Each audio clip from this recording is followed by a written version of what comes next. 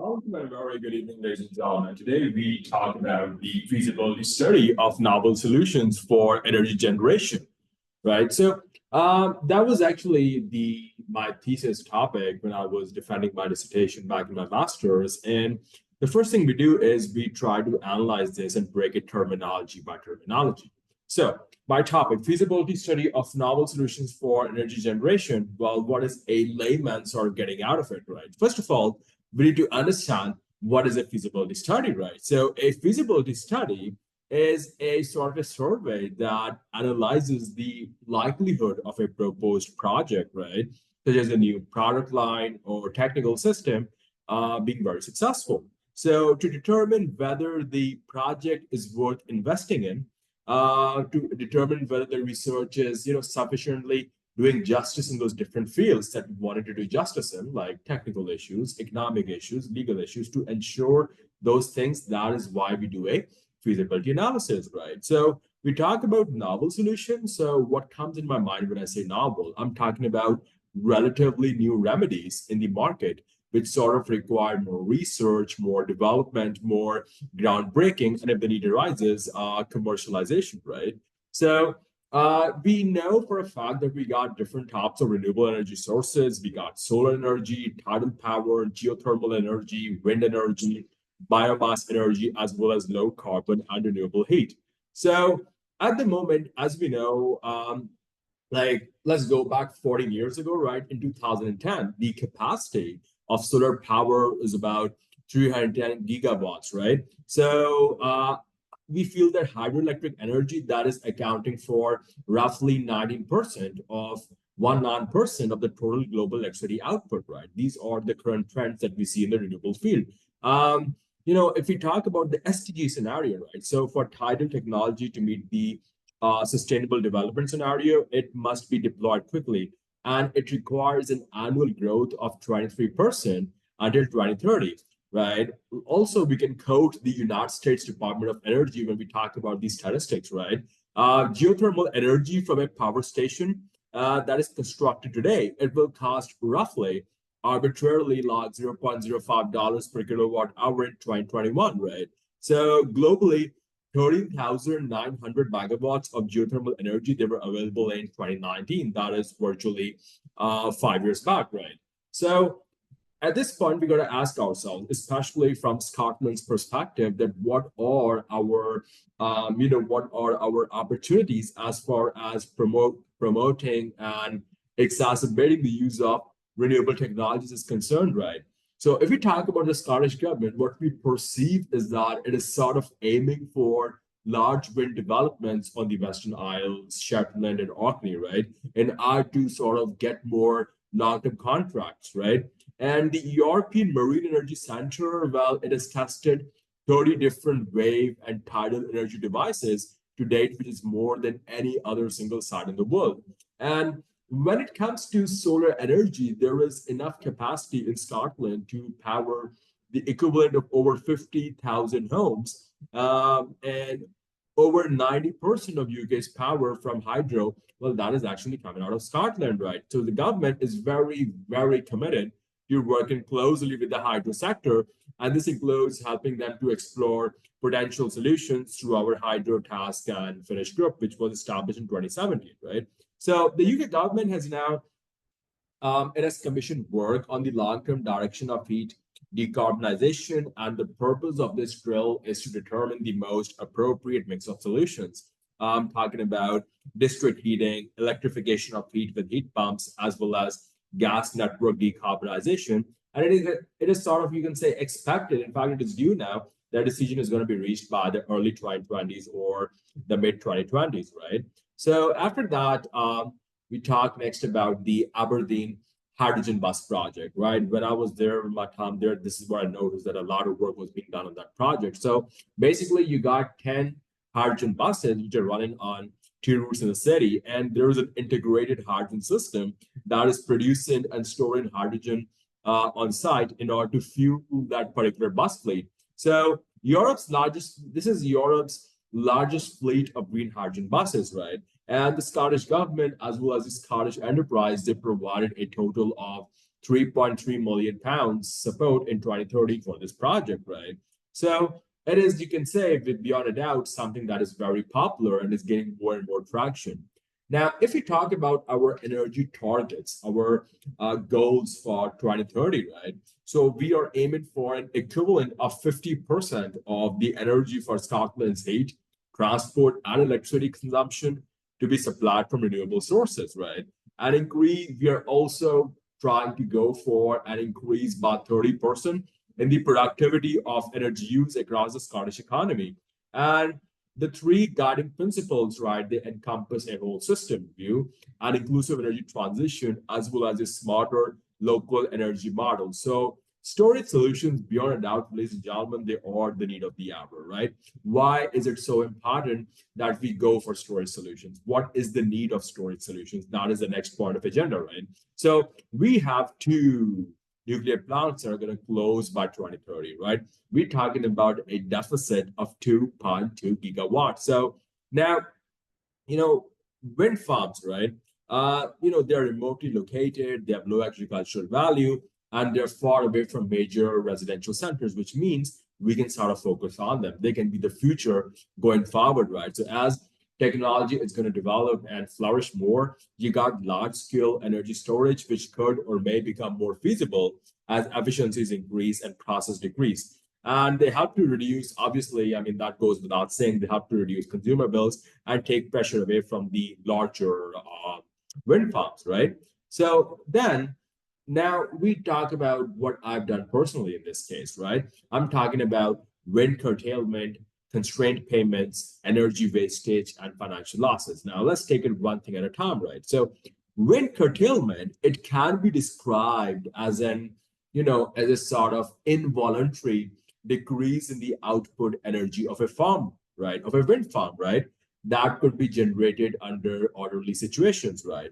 Now, why are we going for this wind energy curtailment, right? So there are some drivers. We got some contributing factors for it, right?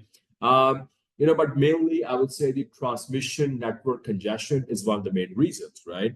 So for those of you who are not aware, right, the grid connections that you have between the Scottish wind farms and the British cities, they are not sufficient, to transmit this energy from Scotland to England. So the significant amount of energy is inadequate to be stored or used to produce other services, right? Therefore, wind farms, they sort of need to decrease their output in order to keep the system frequency within operational limits, as well as avoid interconnection problems, right? So most of these constrained payments that took place for Scottish wind farms because the government is actively encouraging them, right? These farms make considerable profit by switching off the generation. So on-site, we feel services would provide further frequency support. There would be more reactive provisioning, right?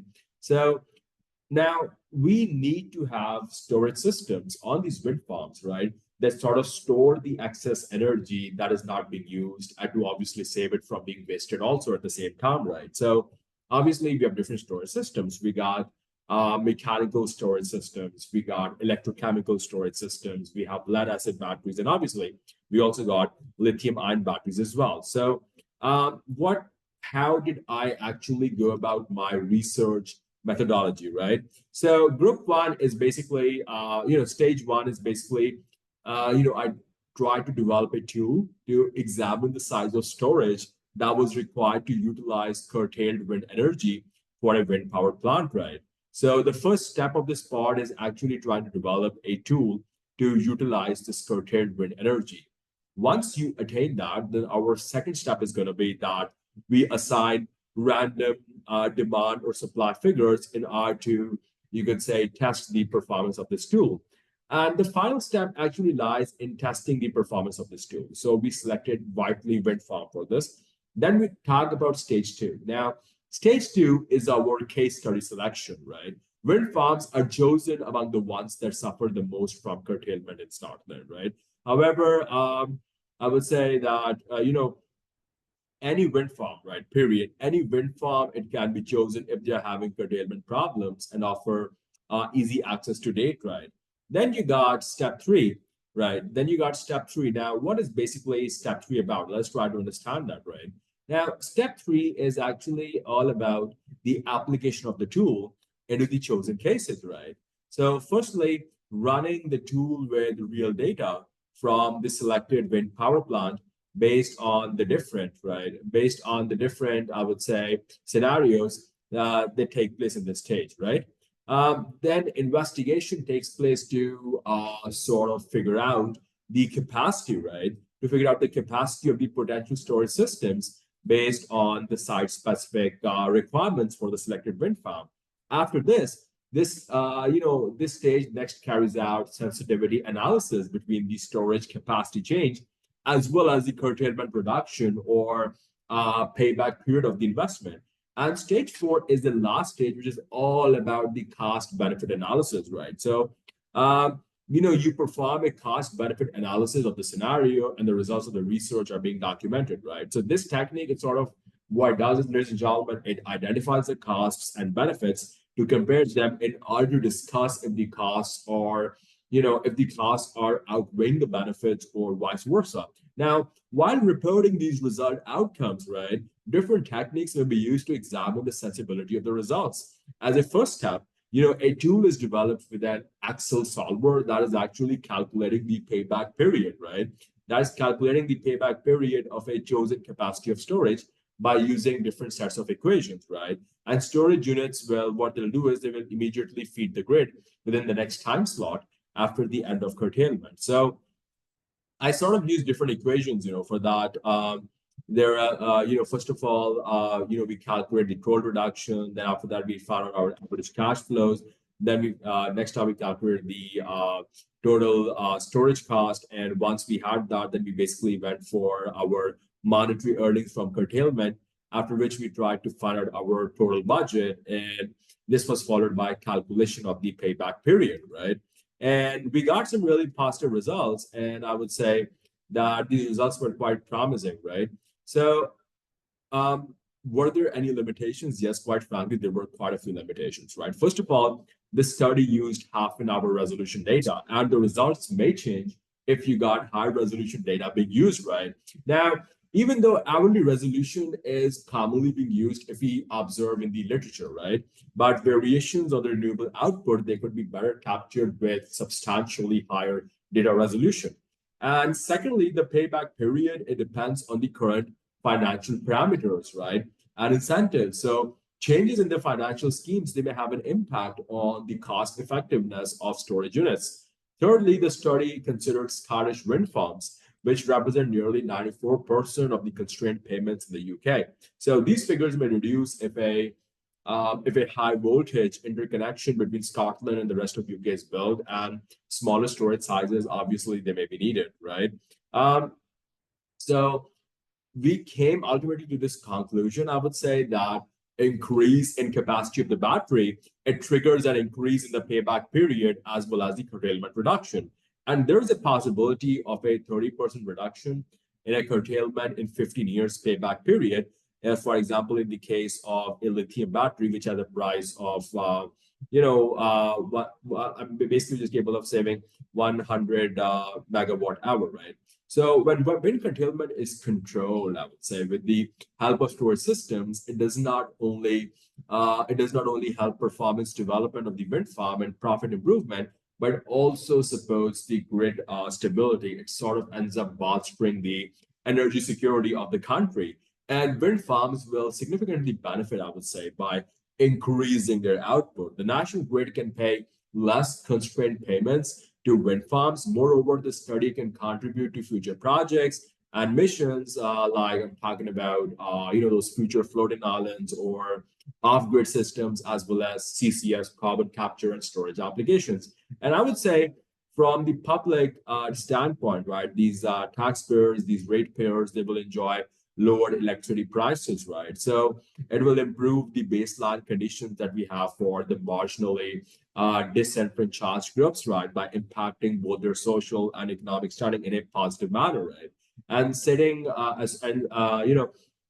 these on-site storage units, they could also be a part of the policy strategy for future deployments in this particular field, right? So That is pretty much it for now, fellas. We'll be back with much more quality content. Thank you very much. Stay tuned, stay blessed, and keep rocking. Assalamu alaikum.